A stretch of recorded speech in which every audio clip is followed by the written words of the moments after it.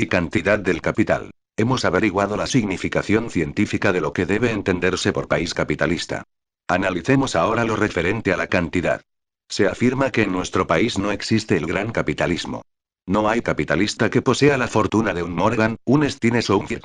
Y el problema nace, agregan, de la concentración de los grandes capitales. Entre nosotros, por lo tanto, no hay problema social. Si la afirmación de que Colombia no es un país capitalista está desheredada de toda solidez, esta de que el problema depende de la cantidad, es todavía más deleznable. Lo primero que ocurre preguntar cuando se niega el problema por virtud de no ser nuestros capitales tan poderosos como los de otros países, es lo siguiente. ¿De cuántos millones para arriba hay problema social en un país, y de cuántos millones para abajo no lo hay?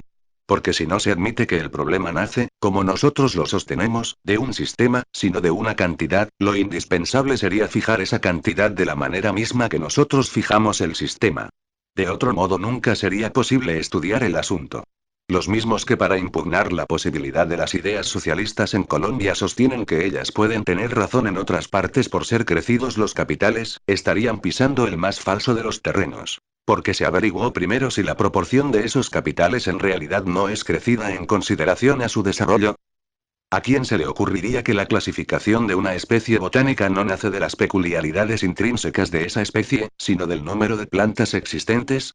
El hecho natural de que el tumor que se presente en el estómago de un niño sea más pequeño que el tumor en un adulto, nos podría llevar a la conclusión de que el niño no sufre el mal de un tumor por el hecho de no ser tan grande como el del adulto, y aún más, que su pequeñez le quitaría la igualdad de efectos nocivos. Comprobado que Colombia se desarrolla económicamente bajo el régimen capitalista. Que por tanto los medios sociales de producción, tierras, máquinas, herramientas, fábricas, materias primas, etc., pertenecen a unas solas y determinadas personas, que son la minoría. Que estos medios son puestos en capacidad de producir solo por el trabajo de otros hombres, la mayoría, a quienes se paga un salario, tenemos por fuerza que concluir que en Colombia hay dos clases. Una que es detentadora de esos medios sociales de producción, que los posee y le pertenecen, que no los hace producir directamente, sino por el trabajo de otros, y que goza de todas las prebendas que otorgan la propiedad de esos elementos. Es decir, la clase capitalista. Y otra que no posee esos medios sociales de producción, que siempre se hallará sometida, por grandes que sean sus esfuerzos, a la condición de asalariada, y que, siendo mayor su trabajo, recibirá menos en recompensa. Es decir, la clase proletaria. Toda clase social. El proletariado es producto y expresión de la forma designada con el nombre de producción capitalista. Observemos aquí, una vez más, que el capitalismo consiste en un modo especial de hacer producir el capital. Dentro del proletariado no solo deben quedar comprendidos, según erróneamente se cree, los obreros, sino todos los que trabajan por cuenta de otros, que dan su esfuerzo personal, sin recoger el fruto directo de ese esfuerzo. Allí entra esa olvidada clase media a la cual también comprende el problema social. Por eso no hemos llamado esto problema obrero, pues sería inexacta, por restringida, la denominación. Resumamos. Evidenciar que en Colombia hay producción capitalista es sentar la conclusión necesaria de que hay proletariado, y establecer esto es demostrar que hay problema social, porque, precisamente, en la desigualdad de esas dos clases en cuanto a la posesión de los medios sociales de producción, en que todos los hombres no tengan la igualdad de estos medios para el desarrollo de su desigualdad natural, en que haya hombres que siempre serán asalariados y otros que pueden elevar sin medida sus ganancias, trabajando menos que los que más luchan, es en esto, repetimos, donde haya su base y razón el problema social y la consecuente lucha socialista. Es un problema que solo puede resolverse destruyendo la actual proporción. A mayor esfuerzo, menor ganancia. A mayor ganancia, menor esfuerzo. El error principal en este argumento de la cantidad, nace de no atender a la proporcionalidad en nuestro medio, y segundo, no mirar sino uno solo de los términos de la relación, como es el del capitalista, olvidando el otro, o sea el del proletariado. Cumple al examinar esto recordar aquel pensamiento que don Miguel de Unamuno estampa en su conceptuoso libro Vida de Don Quijote y Sancho, saturado de recto criterio. La pobreza. Y si quisiéramos encontrar una fórmula sintética y comprensiva, parodiaríamos a Benet Rousseau al hablar del anticlericalismo en la Cámara francesa. La pobreza. La pobreza nace de una comparación. Es un término relativo a otros términos. La pobreza nace de la riqueza, como no se puede concebir el dolor sin la existencia del placer. Allí donde hay miseria es porque existe riqueza. Como es claro, aquí hablamos no de la riqueza en el sentido económico de su naturaleza, sino de la desigual e injusta repartición de ella. Y allí donde haya estos dos términos que se contradicen y que pugnan el uno contra el otro, hay un problema que se llama social. Nos referimos no a la miseria de la vida en general. Nos referimos a la miseria específica, a la miseria creada por la organización económica moderna. La miseria que hace indispensable el trabajo de las mujeres y los niños, porque nunca el trabajo del padre logra subvenir a las necesidades. A la aglomeración de los trabajadores en barrios inhabitables. A la miseria del obrero que nunca podrá salir de su condición de paria. A la miseria de los hombres que caídos en una enfermedad, a los que llegados a la ancianidad y a pesar del rudo trabajo de todos los instantes se encontrarán en cruel desamparo, mendigando la caridad de aquellos que se enriquecieron no con su trabajo, sino con el trabajo de los que ahora imploran piedad.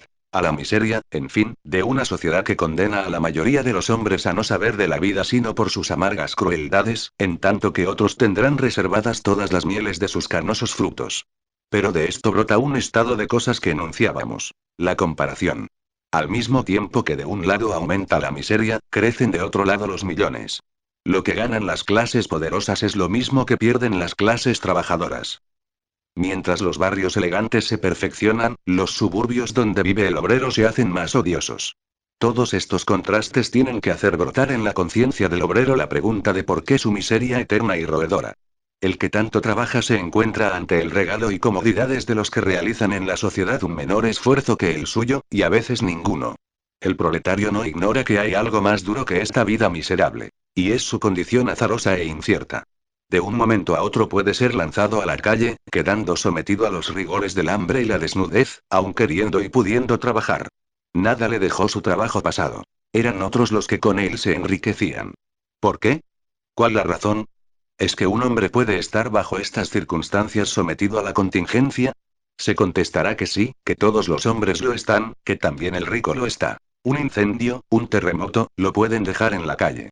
Sí, pero esta contingencia nace de fuerzas naturales irrefrenables, en tanto que la otra tiene como base una forma arbitraria y despiadada de la actual organización social. Su causa reside en la imposición de la voluntad de unos hombres a otros hombres. Nadie puede, sí, y no hay derecho a que mientras falta el pan en la mesa del que trabaja, haya otros que pueden realizar festines. Y mientras haya seres desnudos pueda ser permitido el lujo opulento y fastuoso. Y mientras haya hermanos sin hogar, haya mansiones cuya esplendencia ultraja la miseria irredenta. Ahora, cuando quiera que en una sociedad pueda establecerse esta comparación, ha nacido el problema social. En Colombia podrá verificarse la existencia de este contraste doloroso. Hacer, nada más que para referimos a Bogotá, un paseo por los barrios no estrictamente centrales. Mirad aquellos llenos de suciedad y de inmundicia. Examinad si tienen algunas de las condiciones higiénicas. Examinad si allí en un solo cuartucho maloliente habitan 8 y 10 personas en promiscuidad vergonzante. Examinad si allí viven abandonados en el día niños de magras carnes y de desteñida piel. Preguntad si ellos están abandonados porque los padres tienen que estar permanentemente en el trabajo. Investigad si poseen alguna educación, y sabréis que ninguna. Son los esclavos de la miseria, que han sido y serán siempre los esclavos del trabajo, los vencidos de la injusticia social. Recorred la mayor parte de la ciudad. Cruzad, como nosotros lo hemos hecho, los lugares donde viven las clases humildes. Encontraréis igual miseria, un inaudito desamparo, una vida que no se comprende, una ciudad que se deslíe en la más pavorosa de las ignominias. No olvidéis tampoco la tragedia silenciosa y oculta de la clase media. Pensad en sus afanes, recordad todos esos casos diarios y siniestros del hambre que allí se pasa y el abandono en que se debaten los seres condenados impiadosamente a un dolor. No os quedéis en Bogotá. Visitad las demás poblaciones del país y encontraréis una similitud completa de situaciones. Y pensad todavía más allá. No olvidéis a los seres cuyo desamparo es más grande. Los labriegos, de quienes más adelante hablaremos. Hallaréis entonces que las 9 partes de la población total del país son aquellos que sufren y que trabajan, y los poseedores de la riqueza una minoría exigua. Pues bien, si ese contraste existe entre nosotros, tenemos que convenir en que tal estado de cosas tiene una causa, y ella es la organización individualista. Ya lo sabemos que no hay en Colombia un rico que tenga la cantidad de riqueza de un acaudalado europeo o norteamericano. Pero tampoco hay en aquellos países un asalariado, un trabajador que gane el sueldo misérrimo que ganan nuestros trabajadores. Luego la proporción es la misma. En otros países el capitalista tiene entradas que ninguno de los nuestros ha conocido. Pero allí, a su turno, el trabajador recibe un salario en el cual verían una verdadera fortuna nuestros proletarios. Y se trata precisamente de la implantación de la justicia con relación a este medio y no a otro. El problema es el mismo, una falta de equidad en la repartición de las riquezas. Además, es una evidencia no discutible, que el capitalista de los grandes países tiene gastos, por razón del medio social en que evoluciona, que disminuye considerablemente el monto de sus entradas. Y esto en proporción que nunca alcanza al obrero de los mismos países. En su obra La evolución social, Münsterberg hace notar el hecho de que en los lugares donde se le aumenta el salario al trabajador se le hacen perder luego los beneficios de esta alza por la subida en el costo de la vida.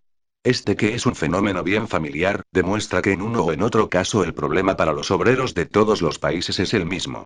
Unas veces se le hace ganar como productor en forma de aumento del salario. Otras veces, en definitiva, la situación es la misma, y muestra que su remedio no está en desabridas y capciosas reformas adjetivas, sino en abocar con entereza el problema, resolviéndolo en sus bases y soportes.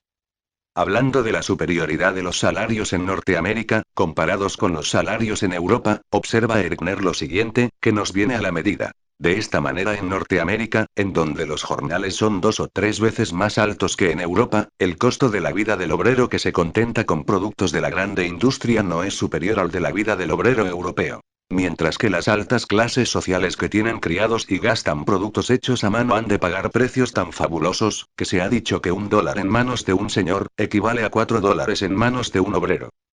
Si tomáis un hombre de 1,5 metros de estatura, ponemos por caso, y gastáis en él 2,5 metros de paño para vestirle, y luego tomáis otro de 1 metro de estatura y no gastáis sino 1,5 metros en su vestido, ¿negaríais que el segundo no tiene vestido porque no entraron los mismos metros de paño que en el primero?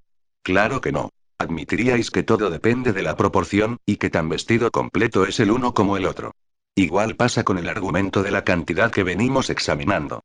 Lo indispensable es que existan dos clases y que entre estas dos clases haya desproporción por lo que hace a la cantidad de trabajo y a la equivalencia de los frutos recogidos. Y esto se sucede en todas partes donde exista el sistema de producción capitalista.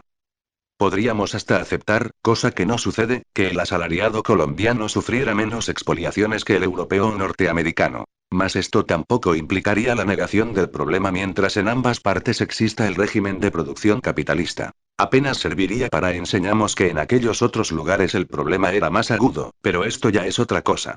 Al contrario, es fácil hacer ver que por razón de medios, el obrero y aun el mendigo de los grandes países puede gozar de muchas cosas de que no goza el nuestro, pero eso tampoco prueba ni la mejor condición del primero, y menos la del segundo.